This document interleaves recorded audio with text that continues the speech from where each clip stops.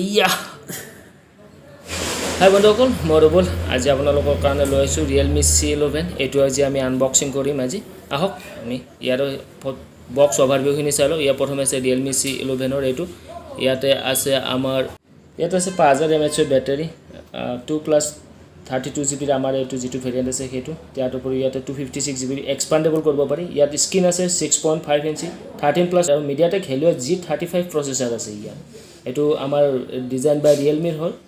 আৰু এইটো আমাৰ ফোনটো ভালে হ'ব কি জানে কি এইটো হল কুল ব্লু কালাৰ এইফালে Realme আছে C11 ৰ ব্ৰ্যান্ডিং তাৰপৰ আছে ইয়াত আছে Realme C11 ৰ Realme logo আছে ইয়াত C11 2021 বুলি লিখা আছে এইটো হল বক্স ওভাৰভিউ ইয়াৰ পিছত আমি এই আনবক্সিং কৰিম এতিয়া এইটো প্ৰথমে প্লাষ্টিক কভাৰটো কাটিলো তাৰ পিছত এয়া আনবক্সিং কৰিব যাইছো এইটো এইখিনিতে আমি কইলো আপোনালোকে যদি আমাৰ চেনেলটো ভাল পাইছে তেতিয়াহলে লাইক কৰক শেয়াৰ কৰক আৰু সাবস্ক্ৰাইব কৰক ঘণ্টি বটনটো টিপি দিয়ক যাতে আমাৰ নতুন ভিডিও আহিলে আপোনালোকে যাতে নোটিফিকেশন পায় এয়া আমি Realme C11 এইটো ব্র্যান্ডিং প্ৰায় ভালে কৰিছে ব্ৰ্যান্ড প্ৰায় ভালে হৈছে এয়া আমি এইটো আনবক্সিং কৰিলো এতিয়া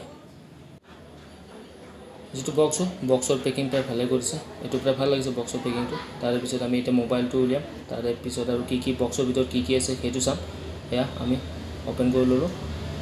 এই বক্সটো ওপেন কৰি ললো এয়া প্ৰথমে আছে আমাৰ Realme ফালৰ পৰা Realme ব্যান্ড তাৰ পিছত আমি প্ৰথমে যেটো বক্স উলালো ইয়াতে আছে আমাৰ হাতত আছে এয়া আমাৰ হাতত প্ৰথমে আছে ইয়াত টিভি বক্সৰ যেটো আছে হেতু আছে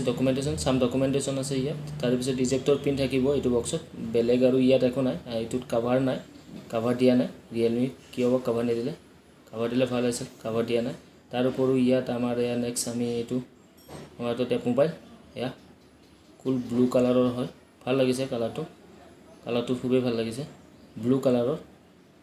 এইটো Realme সাইডত আছে Realme ব্ৰ্যান্ড লিখা আছে কিছু ডিজাইনৰ ফলৰ পৰা এইটো প্ৰায় ভাল লাগিছে ডিজাইন প্ৰায় পারফেক্টলি হৈছে Realme যেটো লোগো এটো ভালকৈ লগাইছে ডিজাইনটো ভাল লাগিছে ক্যামেৰাত ডিজাইন আৰু ইয়াতে আছে প্লাস তাৰ উপৰি ইয়াতে আছে স্পিকাৰটো পিছৰ ফালে দিছে স্পিকাৰটো পিছৰ ফালে আছে তাৰ উপৰি আছে ভলিউম আপ আৰু ডাউন বটন তাৰে পিছতে আছে পাৱাৰ বটন এটো পাৱাৰ বটন হয় তাৰে পিছতে আছে ইয়া 3.5 mm জ্যাক হেডফোন জ্যাক তাৰে পিছত আছে আমাৰ মাইক্ৰোফোন আৰু চাৰ্জিংৰ কাৰণে পোৰ্ট এটো USB পোৰ্ট হয় আৰু এটো ফ্ৰন্ট ফেসিং ক্যামেৰা এটো ফ্ৰন্ট ফেসিং ক্যামেৰা আছে এটো আমাৰ স্পিকাৰ হয়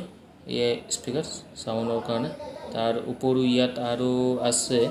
আমি পিছৰ ফালে যাও ইয়াত মোবাইলটো আমি বুটিং কৰিম এতিয়া যেটো মোবাইলৰ বডি হয় বডিটো যেটো প্লাষ্টিক আছে হেতু প্ৰায় ভাল কোৱালিটিৰ হয় মানে কথা স্ক্ৰেচ কম পৰিব আৰু এটো আমাৰ টেবল এডাপ্টাৰ চাৰ্জাৰ হয় ইয়াতে যেটো চাৰ্জাৰ আছে হেতু ভালে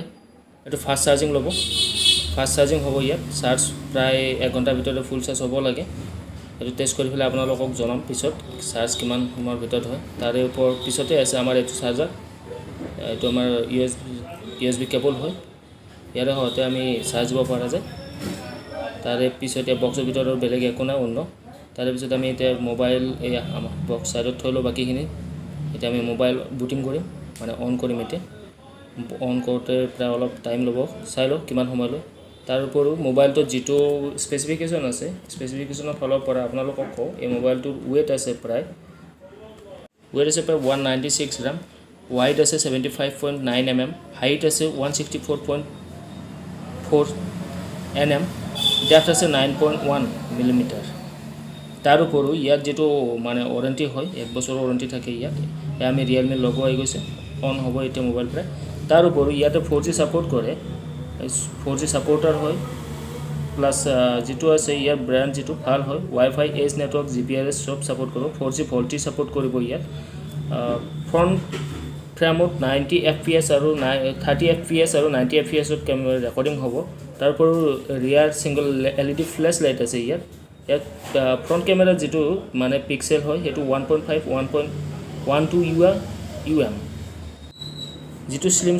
সিম আছে হেতু সিমছৰ ডেডিকেটেড সিম স্লট হয় তাৰপৰ ইয়াত আছে MediaTek Helio G95 ৰ অক্টা-কোৰ প্ৰচেছৰ আৰু ইয়াৰ প্ৰাইমাৰী ক্লক স্পীড হৈছে 2.3 আৰু 1 আৰু সেকেন্ডাৰী ক্লক স্পীড হৈছে 1.8 GHz এটা ক্লক স্পীড আছে তাৰ উপৰিও এটো HD+ ইন LCD ডিসপ্লে হয় এটো আৰু ডিসপ্লে যেটো মানে কালাৰ হেতু আছে 16.7 mm আৰু ডিসপ্লে যেটো সাইজ হেতু আছে 6.5 আছে ইয়াত গতিকে এটো প্ৰায় মোবাইলটো প্ৰায় ভালে ইয়া আমি এটো নো কৰি ললো আমি এটা মোবাইল প্ৰায় অন হ'ব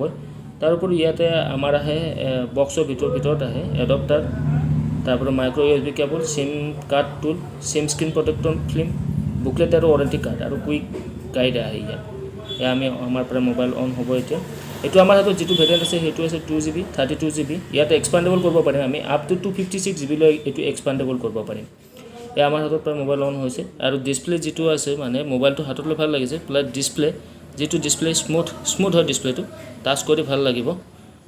টাচ কৰি বিৰাট ভাল লাগিছে তাৰ উপৰি ইয়াত যেটো সফটওয়্যাৰ ওভাৰভিউ আছে সফটওয়্যাৰ ওভাৰভিউ বিষয়ে আপোনালোকক কওঁ ইয়াত সফটওয়্যাৰৰ ওভাৰভিউ ইয়াত কিছুমান মানে অলাগতিয়াল কিছুমান এপছ নাই যেনে Realme টো ভাল কাম কৰিছে অলাগতিয়াল এপছ নিদিয়ে প্ৰায় যিবিলাক এপছ বন্ধ হৈছে সেইবিলাক এপছ নিদিয়ে আৰু কিছুমান ফোনত আহে এতিয়া নতুন আপডেট আহিছে Realme E10 যেটো Realme যেটো UI হয় হেতু UI টো খুব ভাল নিট এন্ড ক্লিন হয় UI টো প্লাস তাৰ উপৰি ইয়াত যেটো মানে আমাৰ যেটো ব্যাক সাইডৰ ক্যামেৰা তো যেটো সেটআপ হেতু সেটআপও ভালে আছে প্ৰায় ধুনিয়া লাগিছে সেটআপটো ধুনিয়া হৈছে